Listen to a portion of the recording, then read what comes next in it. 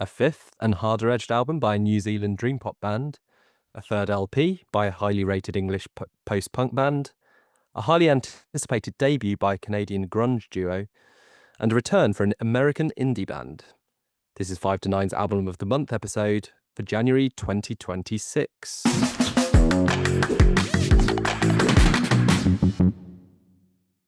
I'm Andrew Belt, run the 5 to 9 Instagram page, and joining me as always is Karl Blakesley of New Music Central, and for the first time a guest podcaster in Adam Reeves, who runs the Sounds Good music blog. How are you doing, Adam? I'm doing good. I'm quite honoured to be the first guest in this new era of the podcast. I'm hoping to set a decent standard, or at least a low standard, so every other guest could eclipse me. We'll be raising the bar for sure. So yeah, this will be the standard set. We've got the Olympics at the moment, so you're the pace setter. Maybe might be a very good thing to. Yeah, I like that. There we go. So yeah, we, as you say, a new era. We aim to continue with a guest podcaster every month after regular co-host Kylie Larson stepped back to focus on his thriving gig curation and talent management for his label, Mama Manana Records.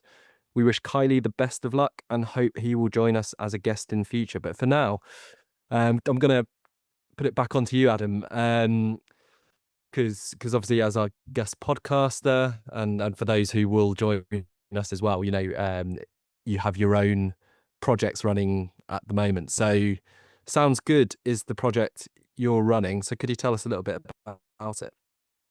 Yeah, so bit of context. So last year I decided to end the last project I was doing, which was Dead Good Music, for a number of reasons, but the main one was kind of I couldn't really keep up the number of hours and the kind of level of effort it needed to kind of keep it going consistently. Um, and I kind of wanted to return to something that was a bit more chilled out and a bit more of a hobby, I suppose. And Sounds Good was actually the name of the blog that I was doing before starting Dead Good Music. Um, and when I was trying to think of a new name for this new venture, I couldn't come up with anything, so sort of just took the Sounds Good name. Keeping it simple. So what's on the agenda for Sounds Good this year? The focus is going to be more towards it's going to be influencer, but focus more on like creating videos, and rather than being like primarily written content, just kind of lean more into content creation, and that'll involve still recommending like new music, like maybe like favorite releases of a month, similar to this podcast, but also if I go to any gigs, then sort of documenting that and my experiences of that. Just Yeah. stuff like that, really. Yeah, so a bit of everything, and keeping it flexible so you don't end up back where you were at the end of last year, of course, and yeah, burnt out. Which I think there's times it can happen to all of us where the hobby turns into a second job at times. Yeah. But yeah, pleased that you found time for this and to join us, like I say, the first guest podcaster. So yeah, very welcome, and yeah, we're excited to sort of get into start of a new year. Always quite exciting this stage of the year and seeing what's ahead, and yeah, see what's going to be announced over the coming weeks and months of the year, and documenting it all the way through. So yeah, we're going to return to sort of our regular format with sort of the questioning before we move on to the 4 albums we're reviewing this month. We look back at January, but also we never cover December. So if there's anything in December as well, which we want to highlight here in terms of highlights. But first, yeah, highlights from January, which are not part of the pod we're doing tonight. So Karl, what would your highlights be outside of these 4 albums we're going to review? Yeah, so busy January, I'd say. I've got my three highlights I've gone for is 2 festivals, 1 gig. Mm. The 2 festival festivals, that's early days.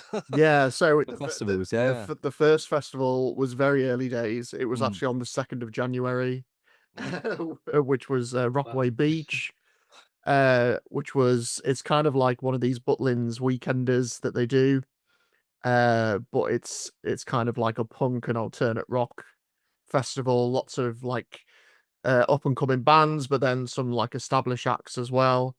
And yeah, it's just all over the kind of Butlins Bognor Regis uh, facility, and I had an absolute blast. It was one of those festivals that I've heard like nothing but good things about. There's quite a crew from here in Nottingham that kind of go down every year and actually curate like part of the festival as well. And I was chatting to them about it, and they were saying, "Oh, you're gonna have the best time. It's such a great way to kick off the year." And yeah, we're already kind of looking at going back again next year. Thankfully, it's not the 2nd January next year. It's like the 11th for the. It's slightly more reasonable. It's not straight after Mm. New Year's and uh, straight into a festival. There's a bit more of a break next year. But then we had a great time. Idlewild was kind of like the main reason we booked, who were probably one of my favorite bands that I've seen the least. I think it was probably only my second or third time seeing those guys. Just had a new album out last year as well, so got to hear some of those songs live as well as all the hits which they played, which was great. And a lot of new discoveries as well. I mean, Ella, who we'll talk a lot more about next month, she really stood out. Didn't know anything about her beforehand, but her performance really kind of blew me away. Um, and yeah, Home Counties, who I reviewed one of their albums and EPs, had never seen them, had been dying to see them.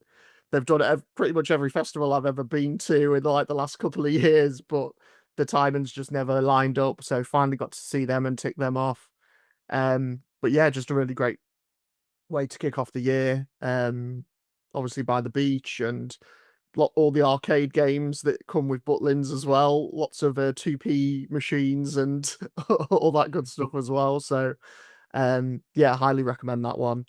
And then the next one was just a local one here in Nottingham. So that was right at the start of January. This one was right at the end of January, which was Beat the Streets. And it's one that DHP family, who's like the big promoter here in Nottingham, they put it on every year, and it's for Framework. So it's all the ticket revenue, all the beer sales, all the merchandise, everything goes to Framework to help beat homelessness in Nottingham, and it's just always like such a really nice day. This year it was very much like focused on local acts performing. So a couple I'll shout out: Bloodworm, who I know you've seen, Andrew. First time catching those guys. What a band! With plenty of potential they are. I can see the hype around them now after seeing them perform. Just got a great sound going on. They really stood out. And then Board Marsh, who had the kind of like first 2 EPs out, um, starting to get like a bit of traction as well. It was great to see them finally do Rock City and play in Rock City, which was like a big thing for them. Um, I think Joe, the lead singer, said that his first gig was a real big fish there at the age of 14. So you could tell it was quite a moment for him to take to that stage.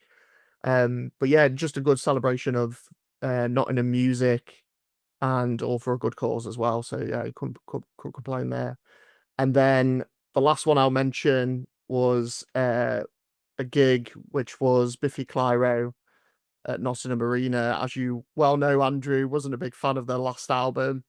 Was quite disappointed by it, but they're always a band that I enjoy seeing live. So yeah, got the opportunity to go see them, and I'm so glad I did. Because yeah, it's probably one of the best I've seen them. I think the lineup that they had, obviously they were missing. I forget the bassist's name. You might be able to help me. Neil. Is it Simon Neil or it's No, the bassist. oh, What? No. One of the brothers. But Adam's a big fan as well. This is a big test. Yeah, I can't remember what his name is, but yeah, It's Reynolds.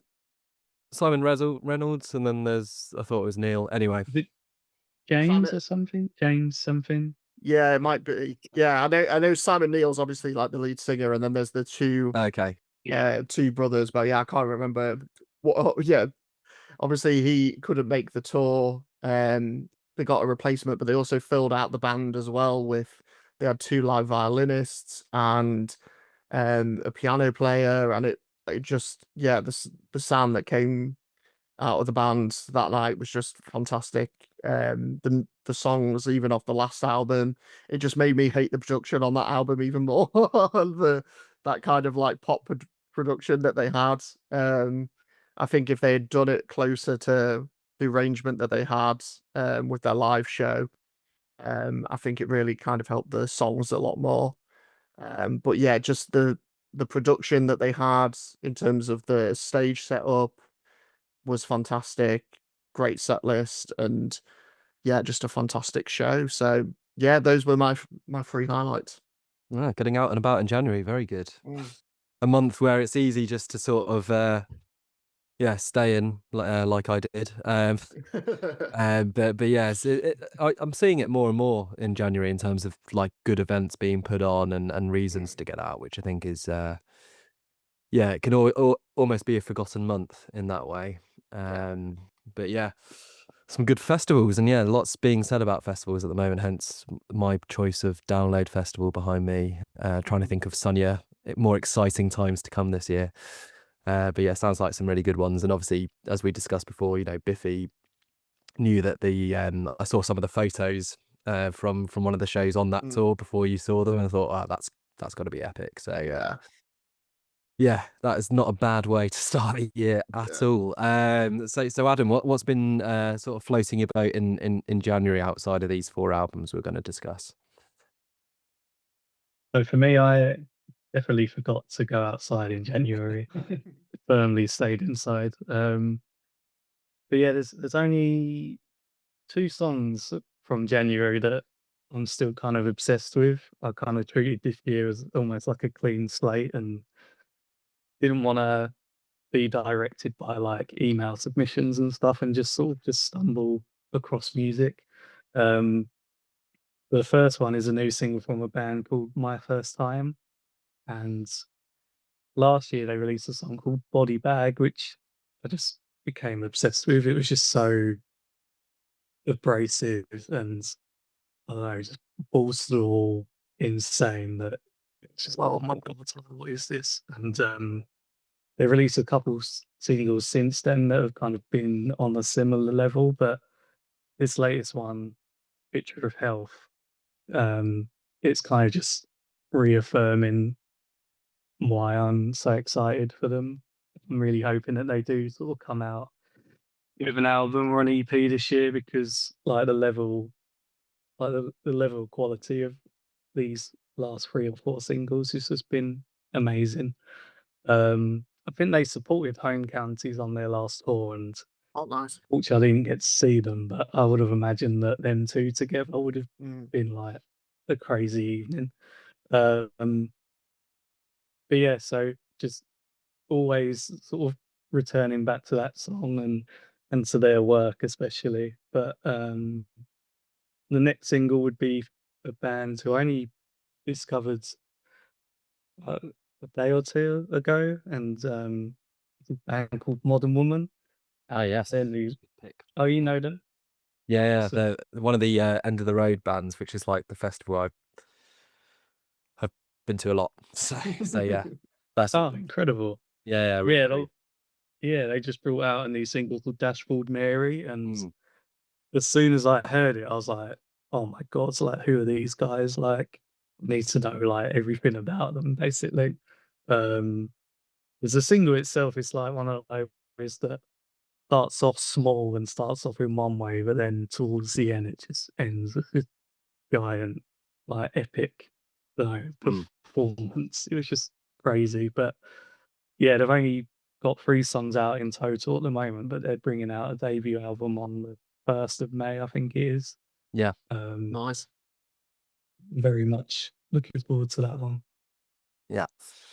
Yeah, no, they did have more songs actually, weirdly. They've taken a few off there, so that they sort of first emerged quite a few years ago actually. And like it was one of these things when you don't hear from a band for a while and you kind of wonder, are they, is it not going to happen essentially? Because I think I was looking at their Instagram the other day and kind of they've done the thing which seems to be the thing to do now, which is where like they just scrub everything which has come before ahead of like Oh, a okay. new release.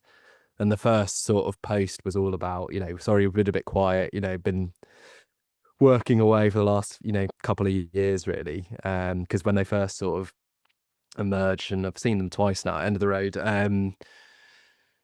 quite they got, I think it's a couple of guys from Armenia who play some interesting instruments, and it reminded me a little bit of System of a Down in a less sort of visceral way, but some of the things they did in some of their earlier tracks, and then the singer does this kind of stream of consciousness type singing sometimes, and yes, certainly very, very interesting. So they brought out an EP a few years ago, but yeah, for whatever reason, a few of them they've just taken down from streaming services, some of the older stuff. So yeah, intrigued to see the direction there. And then it was My First Time was the first Yeah. one, was it? Yeah, so they're quite punky. You're saying about abrasive and Yeah, quite like electro punk, okay, sort of industrial sort of stuff. I'll have to check that one out then. So, I've just added that Dashboard Mary song yep, straight into the playlist. Give that a listen after. very, very active, sort of approach to the recommendation. So yeah, we've got the festival and gig going with Karl, a couple of singles from Adam, and then for me, I've got a couple of albums and an EP. So been January, yeah, didn't really go out too much. Was kind of craving the wintry music then. I didn't really get that craving towards the end of last year. I've had it sort of come late almost in that way, because usually sort of November's a good time to listen to your classic kind of folk albums and whatever, but I was really craving that. So sort of over December I was listening a lot to the making of Five Leaves Left, which was so Five Leaves Left by Nick Drake, and they've unearthed all these old archived recordings and stuff, and it's it's like 4 hours long or something, so I've split it over many different listens, but you get the kind of, what's really cool about it is literally like the first demo, and like you get that sense of how they created the record with the producer, and listening to Nick as well sort of retune his guitar and just say things and stuff. So that's been really cool. And then it's kind of seeped into January with sort of dipping in and out of all the releases which were coming out, and the two which I've quite enjoyed and still need to sort of finish reviewing, as it were, kind of both instrumental focus. So there's the Soft Pink Truth, which is by one half of Matt Moss. Daniel Drew is the artist. Can such delightful times go on forever? And I just found it a very sort of imaginative, fun listen to just sort of dive into and have, like I say, this kind of electronic driven instrumental music, and apparently the sort of background to it is kind of pushing back against some of the negativity we see in the world, and just trying to find a bit of that innocence and joy, and yeah, with the slightly facetious kind of title of the album, but yeah, that's one I'm like I say, looking to just finish a few more listens to sort of see where it lands, but it's one I've enjoyed. The other one is Tragic Magic, which for one is just a fantastic album name.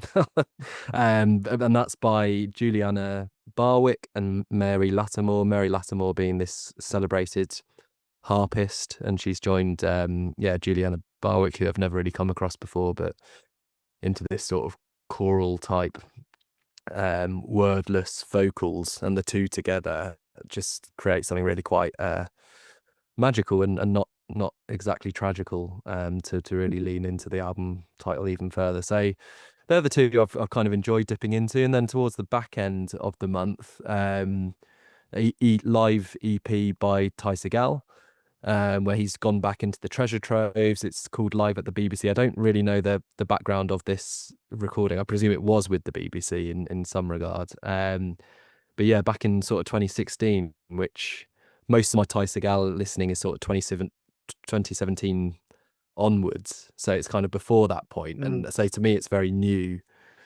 even though I know a few of the tracks, but it's 5 or 6 tracks, and the band he had at that time, he's always changing the band he's working with, sounding really, really tight. So that's been a really enjoyable listen, and sort of makes up my my trio of picks, really. So that's that for what's outside of the 4 albums we're about to discuss. Now on to the 4 albums. So yeah, our first album under the spotlight in 2026 is Secret Love by Dry Cleaning.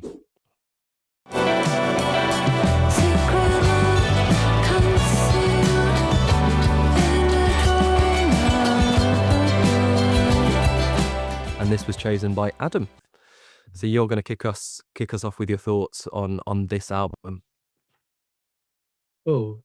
So Dry Cleaning, they're sort of a band that I've been meaning to get into properly. I've sort of always heard there's been a buzz about them, and I feel like they are sort of being propped up as being like a pretty cool band.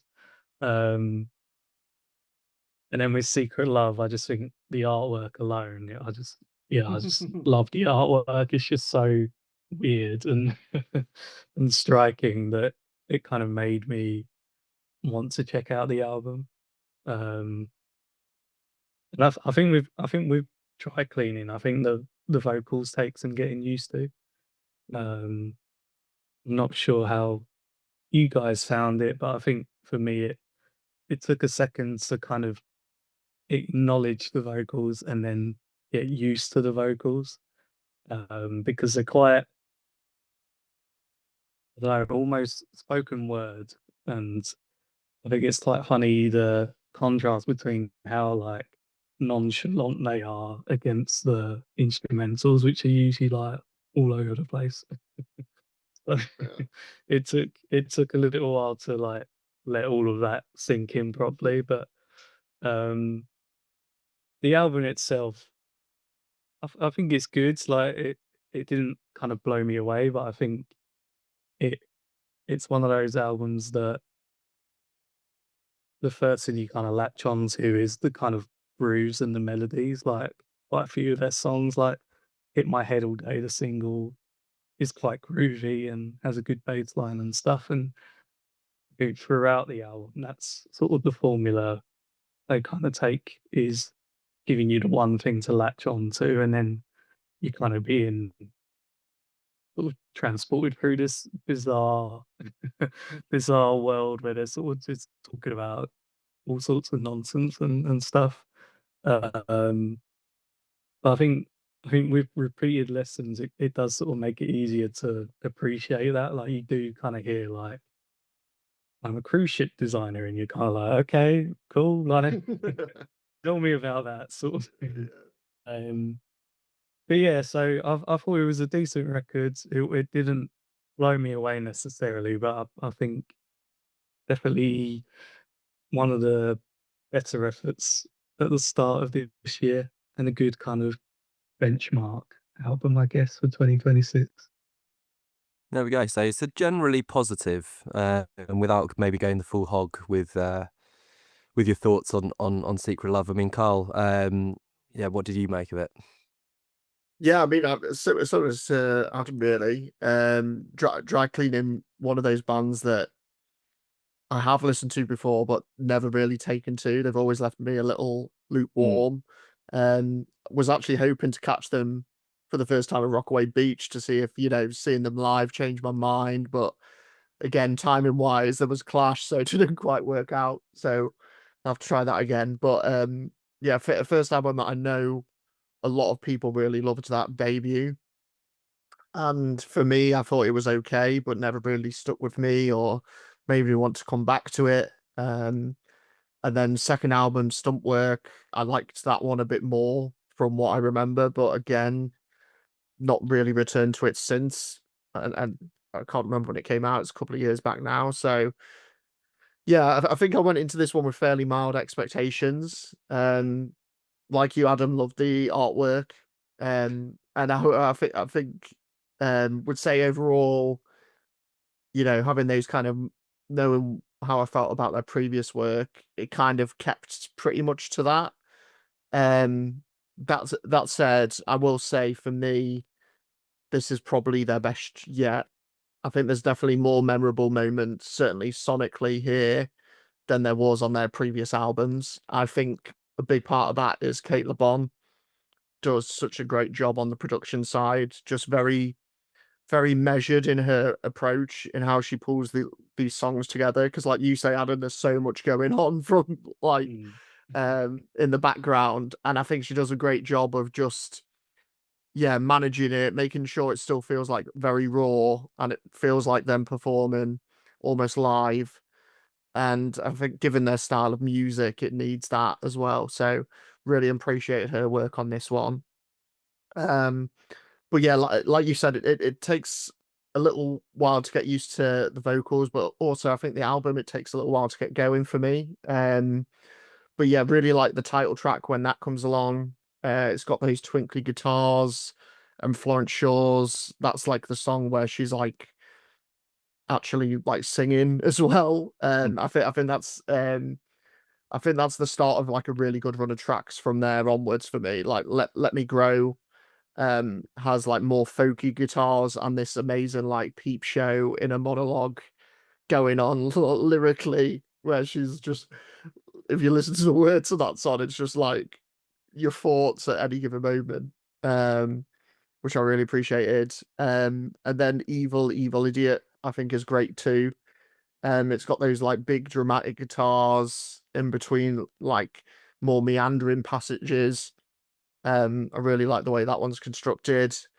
But yeah, I think the guitar work in general really stood out to me. I think very Rolling Stones, very The Smiths in places.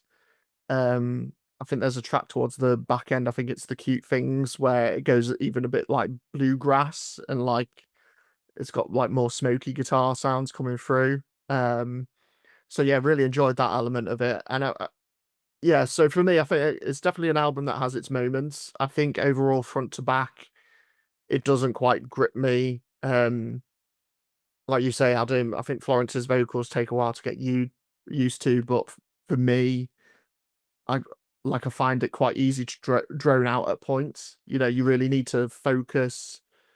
It's one of those albums you really need to like focus on it, I think, to truly appreciate like the lyrical work on here and the way that she's delivering like the songs and things like that. So yeah, it's one of those that unless you got the chance to give it the attention that it needs, I think you will struggle with it. But yeah, I can certainly appreciate why people are taking to this record.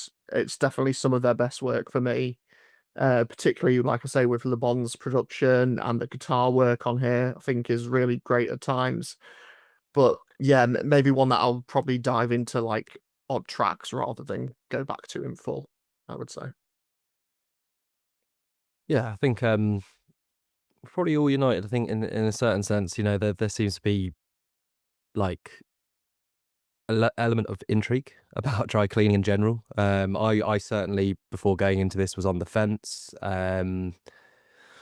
Probably heard more about them when the debut came out. At the time, there was a few tracks I really liked, but it wasn't enough to kind of draw me into to go deep into the album and really take notice, I suppose. Then the stump work just seemed to be a really quick second release and just passed me by completely, really. So yeah, with this third one, a lot of buzz. It reminded me a little bit, but maybe not to the same extent, of the buzz with Sprints from a couple of years ago, when wherever you look, there was sort of praise for it and a buzz and all this, and I was the early part of January, I suppose, because it was the only sort of notable early year release, was all about Secret Love everywhere you sort of looked. You know, they were doing sessions on BBC Radio 6 and yeah, getting a lot of praise. So I was very intrigued, like I say, and it was a good pick in that sense, that it's one which is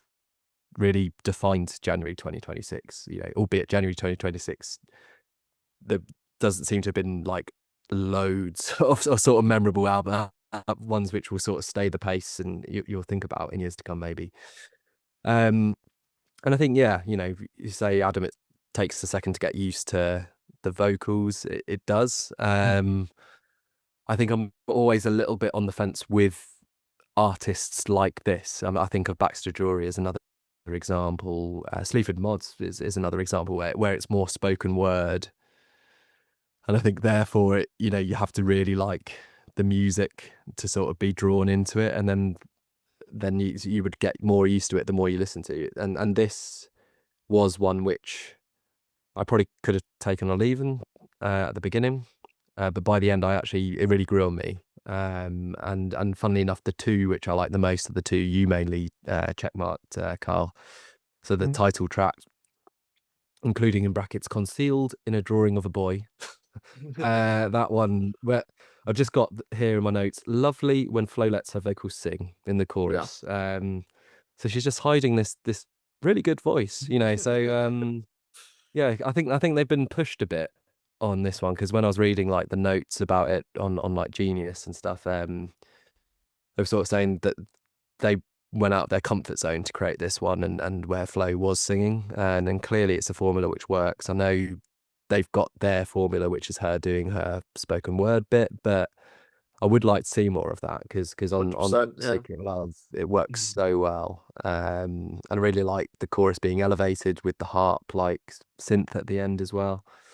And then, yeah, the other one you mentioned, Carl, Evil, Evil Idiot. I just think the atmosphere on that is fantastic. So it, like in the notes, I thought it was a bit like Queens of the Stone Age in a way, the kind of atmosphere in it. You know, there's the very, I find, relatable lyrics about the kind of anxiety about the stuff we're putting into our bodies, you know, with food, and you can't really move for everything now about that, and using, you know, the types of plans with your cooking and what microplastics, you know.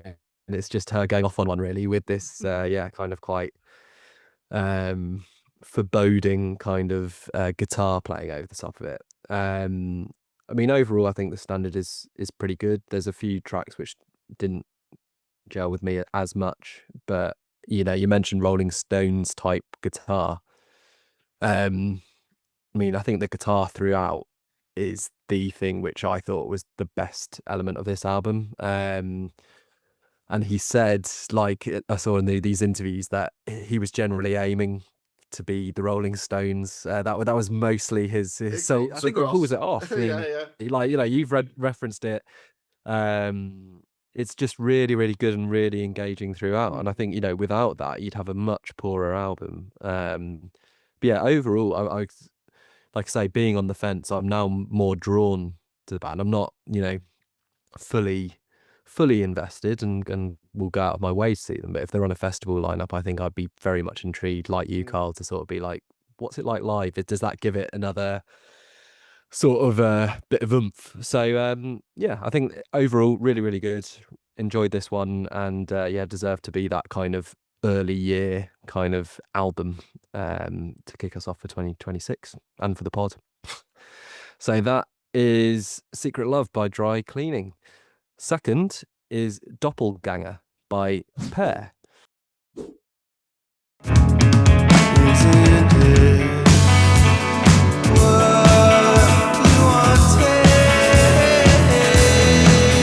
this was the winner of our poll on Instagram, so thanks to everyone for voting. It was my pick, so I'll kick off with this one.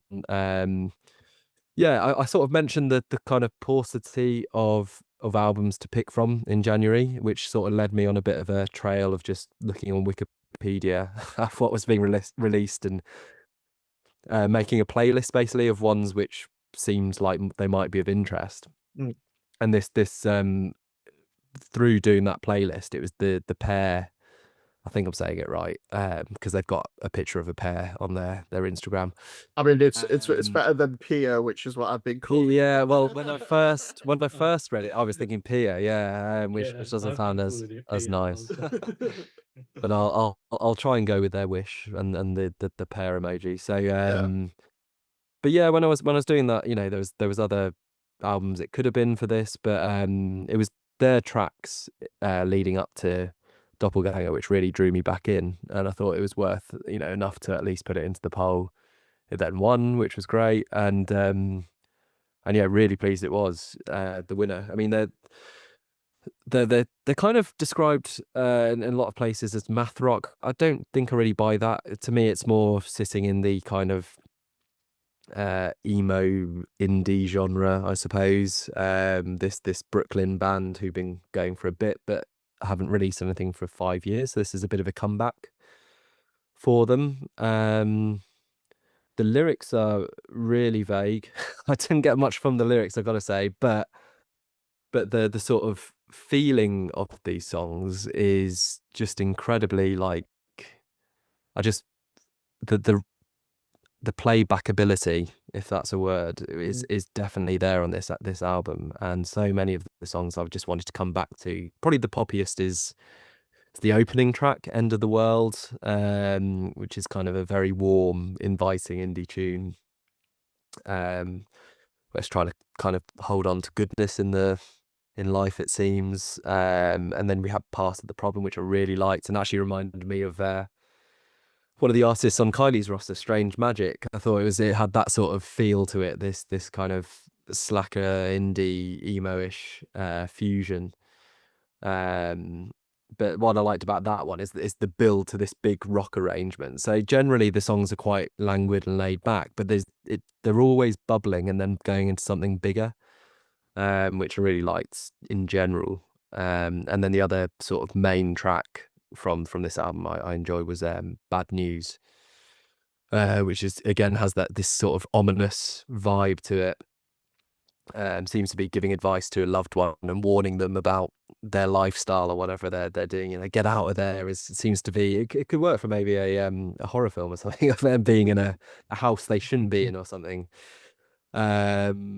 But yeah, it also has this feeling of tenderness and caring about it, looking out for someone. So yeah, in general, like I say, just sort of diving into an artist which was a real kind of leap of faith, I suppose. It was one which I think paid back in droves, and it's a little over half an hour. It just very much in that snackable zone, to use parlance of previous pods, and one I return to loads, and then like I say, glad I've got into them. Need to spend a bit of time to go back a bit further into their discography and see how sort of representative this is, but yeah, this was a really strong album for me, in a good month, I would say. So Carl, you were nodding along to what I was saying, so I think I'll move on to you next to sort of see what you think of Doppelgänger. Yeah, I mean, I was going to start by thanking D-Mob Happy for pushing their album release back. So, Actually, yes, sorry, that is a point of order. D-Mob Happy or Hoppy, if they, maybe at Easter time, they won the poll, but in between doing the poll, them winning, and then checking the release date, they pushed back their release date to February, which then we did add them to the February poll, but they didn't win that, so they're not going to be part of this. We would have been speaking about them if they'd stuck to their original date. So let that be a lesson. D-Mob Happy, so Peaer didn't win the poll, but was second. So by default, here we are. So but yeah, I mean, like I said, got to thank D-Mob Happy for doing that, because we wouldn't have had this great album on our slate this month. Really enjoyed this one, similar to you. A band I didn't know for this month, but sonically just right up my street. Yeah, I mean, End of the World you mentioned straight away kind of pulls you in. Reminded me a bit of Weezer. That one, like you said, it's a bit pop, but it's still got like that bit of a grunge swagger to it, and that alt rock sound. I think it's a really great opening track. flows straight into part of the problem, which is, as you say, like a bit more melancholic. It's got that 90s rock, Ben's era Radiohead sound going on that, we've heard Wonder Horse and Fontaine's kind of to like channel in their recent output as well. So it's very much like the sound at the moment. Absolutely love that song. Like you say, that guitar solo at the end of the track, when it comes in, just really love that. And I know you said you can't really hear the math rock coming in, but just because for me is where you get very much like that American football crossover of Midwest emo and a bit of like math rock in terms of the guitar like timings on there. And again, it's just a different flavor. So like in the first three songs, they give you like, a bit of Weezer, a bit of Radiohead, a bit of American football, which, if you've seen the pod, that's going to always be a positive for me, referencing those bands with their sound. And then, from that point onwards, I think they just kill it. You've got, like the crashing drums and seismic riffs on Rose in My Teeth, the folky harmonies and the bass line of Button, which I thought was almost like a bit like early Fleet Foxes sound going on. Then we get I Don't Want to Be Without You, which is obviously shortened to just the letters on the album track list, but it's this really melancholic, really stripped back heartbreak song. It's a bit more minimalist compared to like the tracks that came before. And then the other one I wanted to mention was Future Me right at the end, which reminded me a bit of Foxin, which maybe not the Foxin that Andrew. Like I know you've only heard like their ultra heavy side, but like some of their mellower cuts on their earlier records. Again, I could definitely hear that coming through, which, as you say, like that kind of emo indie sound, definitely going on. And it's a really great closer. I think that Future Me, it's almost like this lo-fi tale of self-deprecation, but there's also like a message of perseverance in there as well. It kind of flicks between the two. It doesn't know whether to like pick himself up and go again or just tell him that he's done an awful job. I don't know. It's like a really intriguing when you look at the lyrics of it. But I just really like this record. So yeah, great pick, Andrew. Glad it prevailed in the poll. if it didn't instantly win, but it prevailed, which is the main thing. And yeah, I think the main selling point I think for this album is that it serves up all these different flavors of alt rock music. Pretty much nails all of them throughout the course of, like you say, like this cohesive 30-minute listen that kind of looks at like themselves, life, love, like the mad world that we're in today, and like bad news and end of the world. It's kind of looking inward, it's kind of looking outward. But that sonically, I think that's where it really shines as well. With those sounds it puts together. So big thumbs up from me for this one. It reminded me of Owen as well, but that's probably because I don't have the American football references like you do. Yeah. It's definitely got the math rock tunings of early American football in there. Yeah. So we got two happy campers with Doppelgänger. What did you make of it, Adam? I think this is one that it didn't blow me away immediately, but I think there's a lot to it that I can appreciate. I think it's one of those records that for me, it needs to kind of sort of grow on me because there is a lot kind of going on, and I think it's crazy that they've managed to fit so much within 30 minutes. Because like you say, all the kind of different genres they switch between like happen within the same songs. So I found myself like just surprised throughout the entirety of the record when they suddenly went like insanely heavy and oh, there's an insane guitar solo happening now and stuff like that. It's interesting the bands that you guys have sort of pinpointed them towards. Like for me, it was Dinosaur Jr. and more the 90s era, like Jay Maskis sort of era.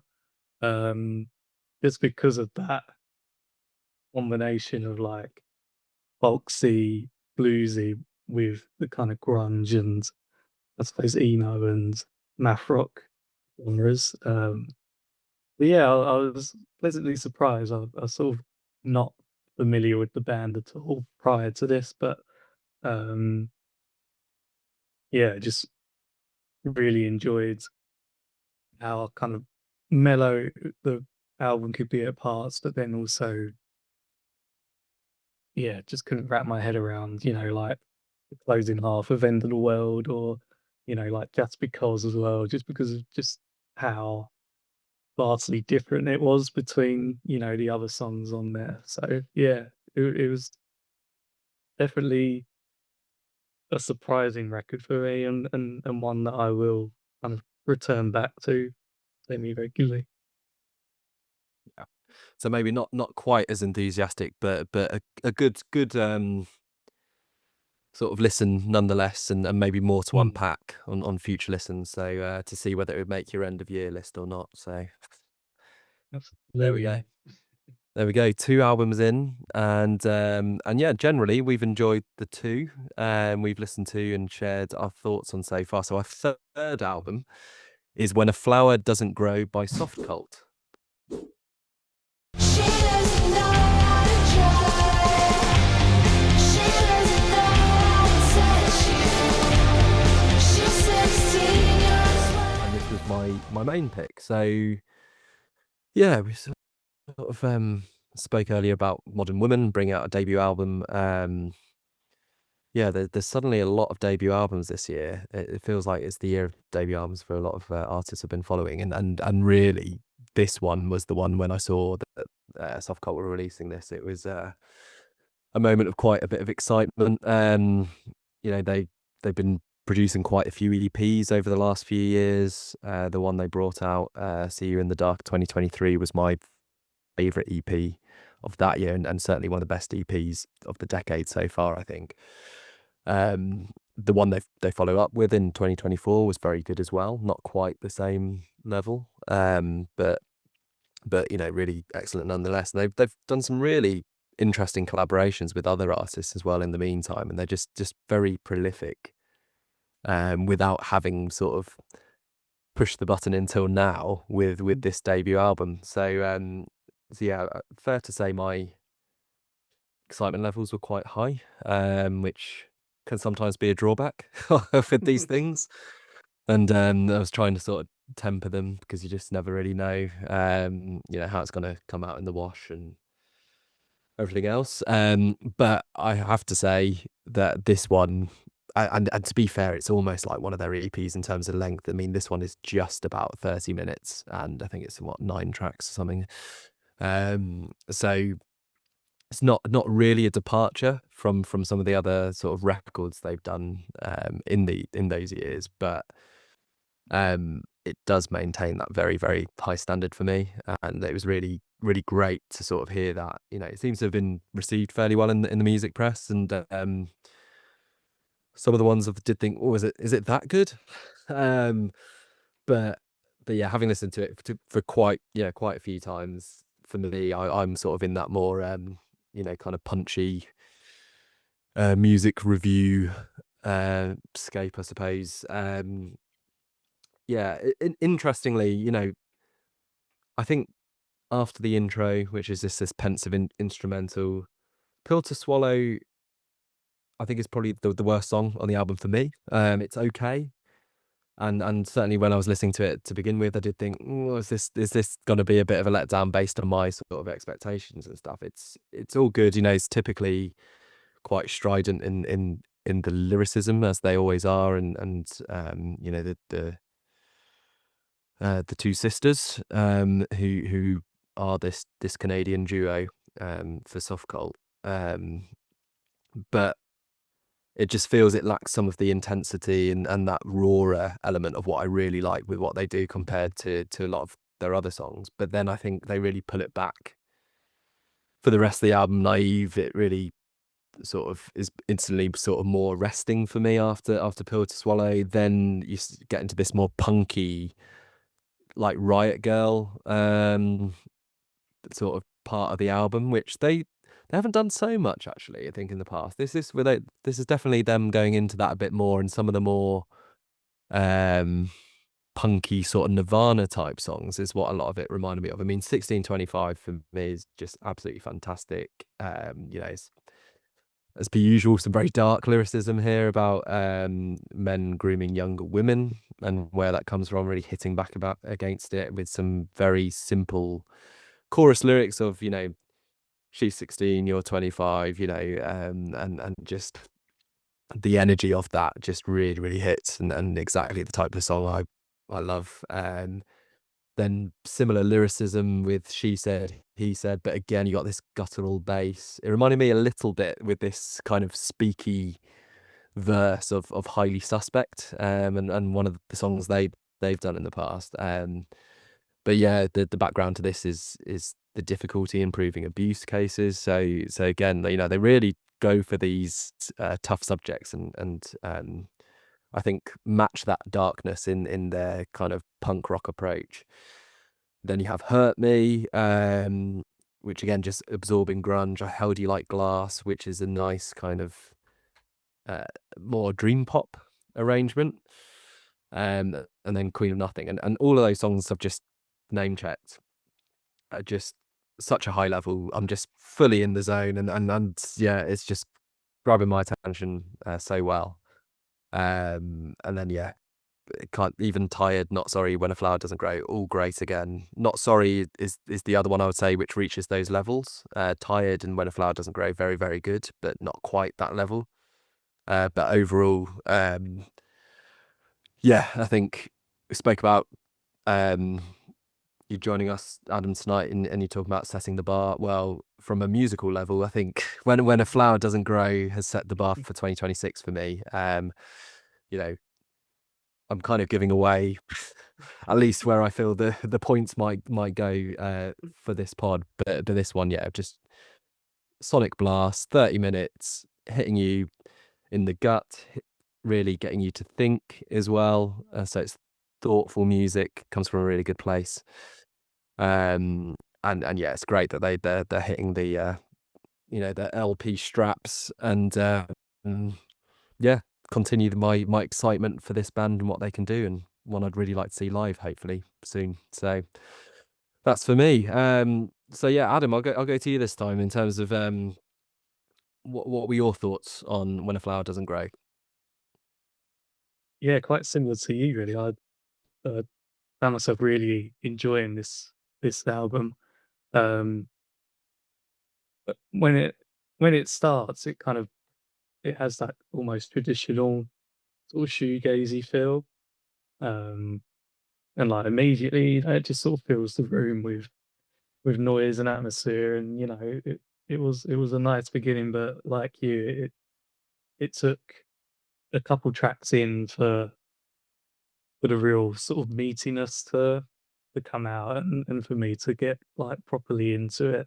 And I think, like you said, like the kind of addition of like punkier elements to the sound that sort of gave it that urgency and that ferocity that, yeah, just took it to another level, really. Um, like the intro is good, but I think towards the middle of the album is where it really hits that sweet spot. And I don't know, it just seems to really come at you with this like driving force of just raw instrumentation, but also like heaviness in the lyrics as well, like the very sort of stark and, I don't know, depressing sort of song topics that are quite sobering and also quite relatable considering what's happening in the world at the moment. Um, but yeah, sort of standouts for me was Hurt Me. I think that's when the album sort of hit its peak of your just unhinged quality, really, and that sort of confirmed it to me that, yeah, this was a really good album. yeah, definitely one of my early favorites of the year, I'd say.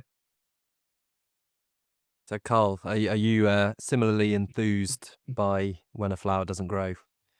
I am, but listening to yours, I think where I'm infused is slightly different to you. Where you guys are infused, listening to what your favorite tracks are, and then what mine are. So I mean, I think Softcult is one from you and Kylie getting me onto their EPs last couple of years. This was one as well that I was quite intrigued to hear. Maybe not quite as hyped as you were. I know you were, Andrew, and Kylie as well, but certainly keen to see what they could do with like their first long player. And I think as debut albums go, this is a very, very solid start. I think basically, brings together all those foundations that they laid out on those early projects. And I think what it does so well is it delivers that perfect showcase of where they are now. I think that's the big success for me. I think it's the ideal debut in the fact that if you followed them up until this point, you'll be really happy with this record. And if it's your first time hearing them, you can't wait to see where they're going to go next after this. So yeah, a satisfying listen, I'd say, for current fans, and a great introduction to new ones as well. I remember when we reviewed New Dad's debut album a couple of years ago, where it didn't quite match their early EPs. It could have easily ended up like that one, but I think, yeah, pleased to say it's not the case.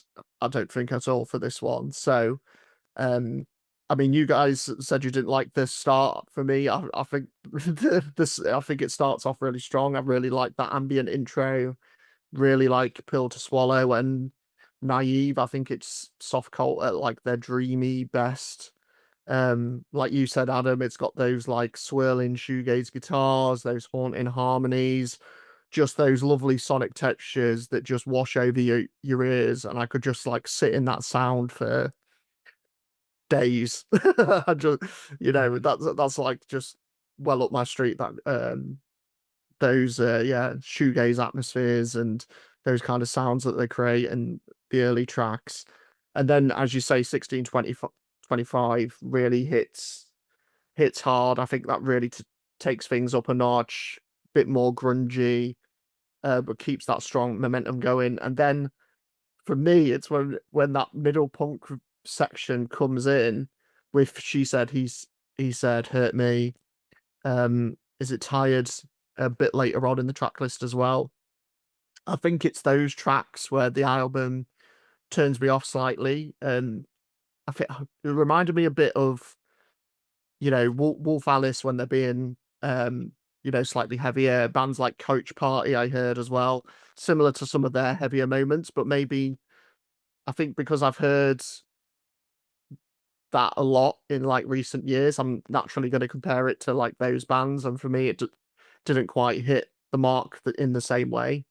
But thinking from your guys' perspective as well, I mean, I can appreciate it's their debut, and I like that they're showing that they are not just a one-trick pony and that they have these different sides to their sound. But yeah, I guess I'm the opposite to you guys, and for me, like their best on those like more atmospheric numbers. I think, I sent it to you, Andrew, in the chat. I held you like Glass, for example. Once we get through those punkier track, that song just pulls me right back in. Just love the guitar passages, love those ethereal vocals. Yeah, for my taste, I'd say that's Softcult at the best for me. Cleaner Nothing, you mentioned as well, straight after. Fantastic closing track as well. Just a really that title track, just a really sweet way, I think, to wrap the whole thing up. So yeah, I'm with you guys in that I really enjoyed this first full-length Softcult experience. Like you said, I say full length, it's not much longer than their EPs, but I think for me, I think it's just that I don't take to the funkier tracks as much as their shoegaze stuff, but I really appreciate the eclecticism, and I almost think if I had just gone all the way through with just the shoegaze sound, maybe those big moments might not have hit so hard. when they get back to. I think the eclecticism does help like the journey that you go through when listening to this album. So yeah, really solid debut and plenty of moments on here that like you guys have got on repeat. So there we go. With 3 albums deep into this January 2026 pod, and we come to our final album, which is No Love Lost to Kindness by Yumi Zouma.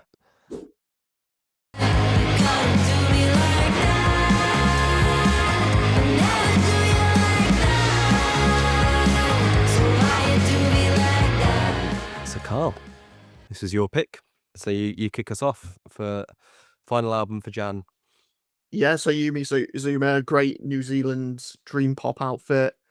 And I actually have Kylie to thank for putting me onto these guys. Their last record, Present Tense, I think he reviewed it for his Check This Out blog. And yeah, from there I just fell in love with it. Made my top 50 albums that year. Just some really beautiful songs. Quite a short album as well, from what I remember. But just some really beautiful songs like Haunt and Of Me and You. Definitely recommend checking those songs out in particular. You know, 2 that still to this day when they come on shuffle, they're not getting skipped. And then yeah, from there they also did their own version of What's the Story, Morning Glory. They recorded the full Oasis album for Record Store Day, which Interesting. I think I've heard maybe their version of Champagne Supernova, but I need to still hear the full project at some point, because yeah, just the concept of that sounds intriguing. But yeah, it was one of those where when looking at the list for what's coming out in January, saw their name, and just remembered how much I loved that last record and thought this would be a good pick, particularly alongside Softcult, similar vibes, particularly with the shoegaze stuff. And yeah, I think for me they've just struck gold again. Just a really enchanting record, this one. For me, from the first moment to the last, it's stylistically slightly different to its predecessor. I think the last track on Present Tense is a song called Astral Projection, and that song kind of stands out on that record because it was quite different to the traditional dream pop sound. It did have like those more kind of shoegaze and rock elements coming through, and I'd say with that being the closing track on the last record, this album picks up exactly kind of where they left off on Present Tense. Yeah, it's got those dreamy shoegazy guitar riffs. It's got the harmonies between Christy Simpson and Josh Burgess, which are still just splendid to listen to throughout the record. And yeah, I think the songs themselves are just great. Love the opener, Cross My Heart and Hope to Die.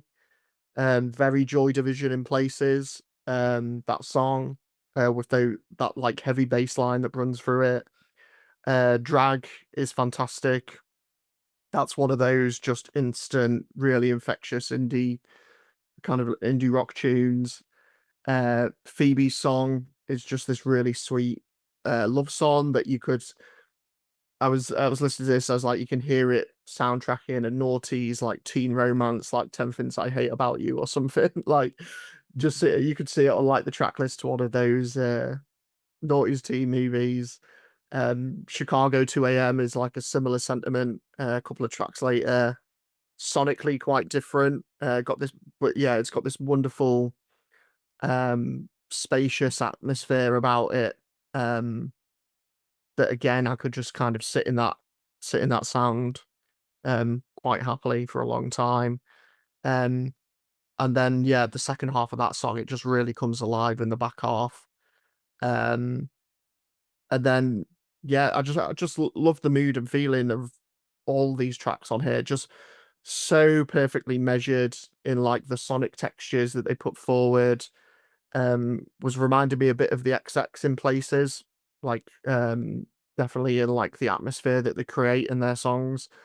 And then yeah, there's not really a moment that I skip, and then it all ends in this beautifully subtle and really delicate manner with Waiting for the Cards to Fall. And yeah, towards the end of track, the album just kind of like gently evaporates from there.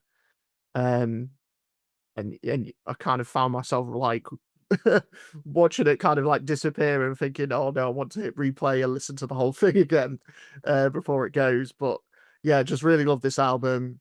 As I say, sonically slightly different to Present Tense. Definitely feels like an evolution from that record. But I think the big thing and the most important thing is that the magic of that record is still very much present here. Just another stellar collection of songs. And yeah, I think I'm going to have to make some time this month or in the coming months to go through their back catalogue as well, because if everything is as good as like these last two records that I've heard from them, I think it's one of those discographies that needs some exploring. There we go. So it's a high praise for No Love Lost to Kindness. What did you make of it, Adam? Similar vibes, really. I really, really enjoyed this one. I think what surprised me is how much variation there was going on, but in spite of how different each song sounded from one another, they didn't ever sound too distant from one another. Mm. Like Carl says, it's got like this whole sort of world that encapsulates you, and you're kind of just free to roam around and dance or mosh or just sit in whatever sort of corners they're creating. Yeah, just really good. Like, I think Blister for me sort of stood out immediately, and Drag as well. Like, they could have easily fit within like the early to mid 2000s of like indie and stuff. Like, I thought I was listening to like Block Party or something somehow, but yeah, to sort of hear the more popular stuff just align with like the more shoegazy or more heavier sort of cuts on this album. It was definitely like each genre they performed, they didn't want each genre to sort of outstay their welcomes. But yeah, that just sort of kept the album fresh and exciting for me, and yeah, I was like surprised when it ended because I thought, oh, I thought I was only like a couple songs into this, and then suddenly we're back to the start. But yeah, really enjoyed this one, and I have no sort of experience of Yumi Suma beforehand, but no, this record's definitely one that will make me sort of check out the rest of their discography for sure. Really good. Okay, you and Carl can check that out. There you've said it, so you can join on the exploration of their previous stuff. I mean, I came from a similar non-knowledge of Yumi Zouma, apart from the fact that the name sounded very cool. So and I'm sure I've seen the name before, so I was like, it feels like a band which is like part of a world I kind of know, but for some reason just haven't listened to their music before. And the fact you mentioned Carl makes me think it's been mentioned and maybe on the pod before in other ways. Yeah, I mean, I was a little bit on the fence with this one. There was certainly, I think, the kind of classic review we sometimes have on the here is like, I think there's an excellent EP as an album. I was less convinced. I mean, the highlights for me, the first 4 tracks. I mean, Adam, you mentioned Blister. I think that one has the best. It was the best lyric out of the albums we've discussed. With This Month I Am Venom and Rage, because I love you, but now I hate you, and I just disengage. That for me was just like, I'm noting that down. So, there's the only lyric I noted down this month, but yeah, that one like really sort of ends this kind of quartet of like really interesting, varied kind of indie numbers. The opening track is, as you mentioned, Carl's got like some classic indie vibes to it. You mentioned Joy Division a bit like that, and there's some very interesting stories again, like going on Genius, and it's if there's enough information on Genius about the songs, fascinating, because this one was about bumping into the former New Zealand president and writing down what they'd wished they'd said to him about disagreeing with his neoliberalism and stuff. And he just like, because if I didn't know that, I would never have had that inkling, of course, as well. But so there's a few really interesting like stories behind them and like inspiration for the lyrics. A lot of it like thematically also touches upon, although I think it was a little bit in hindsight, but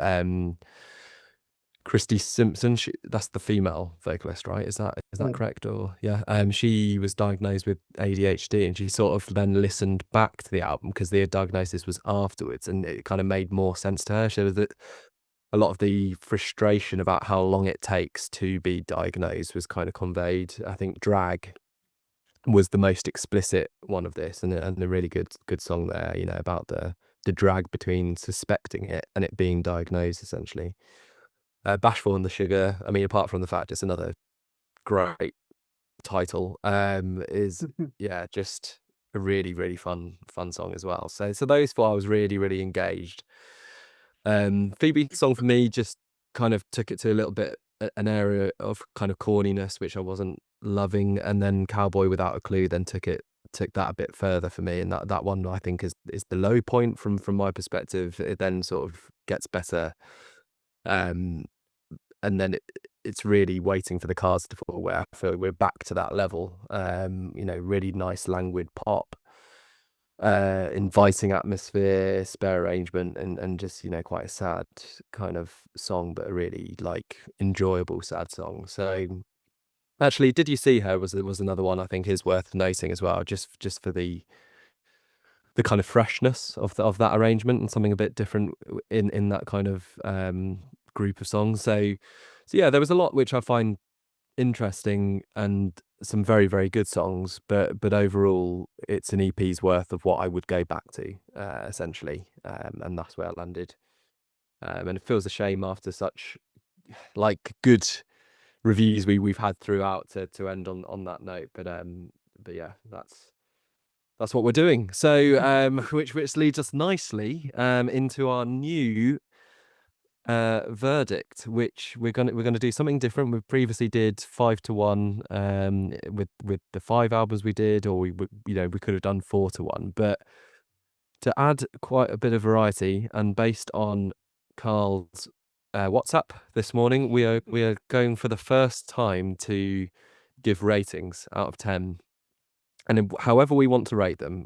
So I explained before, I've got a bit of a weird way of doing it, and it's also quite penned in, but I always add a decimal point to my ones. You can go whole number, decimal point, 2 or 3 decimal points, however you wish, essentially, and we will have an overall number out of 30. 30 for each of these albums, essentially, and then we'll create a league table throughout the year. So quite excited to sort of see how this goes, and I think what it does do, Karl, is really address sometimes how there might be a month where the albums are not so fantastic, but by virtue of that previous format, they would have to be there for the end of the year poll. Whereas this year we might get one where there's 4 albums which make it and 0 from another month. So yeah, like I say, really intriguing way of doing it, and excited to sort of see what kind of numbers we get out of this.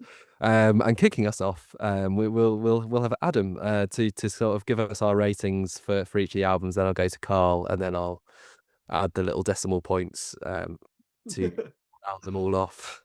So Adam, yeah, if you want to take us through the scores you have out of 10 for each of them. So maybe starting with Dry Cleaning and Secret Love. So all of these albums I liked, at least. There wasn't any that I outright hated, so we're getting pretty positive ends for the first episode of this podcast. But yeah, so Dry Cleaning, I would say, didn't really meet the expectations, so I went with 5 out of 10. 5 out of 10. Okay, yep. And then Peaer, I liked it a little bit more than Dry Cleaning's one, so I rate that as 6 out of 10. 6 out of 10. Okay. And Softcult, There's all the down here. Softcult, yeah, liked that one. Would like to revisit that one again soon. So I did 7 out of 10 for that one. Okay. And Yumi Zouma, really liked it. So gave it a nice big 8 out of 10. Okay, nice juicy 8 to round us off. Right. Carl, over to you. This is already very interesting, I think. I know. Yeah. So We spoke before as well about how like I'm generally between 7 and 9 for virtually and you're like 6 to 9 usually. mm, So we've got a few low outliers based on our own rankings there to kick us Yeah. off. yeah, I mean, a 10 out of 10 for me is like very rare. And then 9, I'm kind of like, I can see this being near the top towards the end of the year. Hmm. 8's great, 7's good, 6 also quite good, and then anything below that, I'm probably not feeling as much. So that's where I'm coming from with it. So, dry cleaning, I gave 6 points. 6 points. That's feels by Eurovision when you say it like that. Yeah. Oh, we should do it like Eurovision. No. Softcult, 7 Okay. 7 points. And then Going up. I couldn't separate Peaer and Yumi Zouma, so I gave them both 8 points. 8 points. Right. Yeah. This is when my weird scoring's gonna into play, really. So yeah, dry cleaning, I gave 8.1 on my scoring system. Peaer, I gave 8.4. Softcult, I'm nearly touching your high end of year score here, Carl. 8.8. And Yumi Zouma, I had 7.4. So it's like I mentioned, generally it's always really clogged up. So right, the only thing is that we're gonna have to use my brain a little bit here and come up with the scores for all of them. So dry cleaning we had 5, 6, which takes us to 11, and then 8.1, so 19.1 was dry cleaning out of 30. Peaer was 6, 8, 14, 22.4 for Peaer overall. Softcult 7, 14, 22.8. Okay, so they're in the lead at the moment. Yumi Zouma, we have 8, 8, 16, 7.4, 8, 16, 23.4. So we've basically just gone up. So Yumi Zouma, right. Congratulations to Yumi Zouma for winning our first Album of the Month podcast in 2026. Next month, we will be back reviewing albums by Ella, Gorillaz, Mitski, and one other artist to be confirmed. And you can stay up to date with what we're up to by following 5 to 9 on Instagram and YouTube, and keep up to date with New Music Central via @Karl Blakesley via Instagram and Threads, and Sounds Good via @soundsgood.live on Instagram. Thanks to Carl, to Adam, and thank you for listening and watching.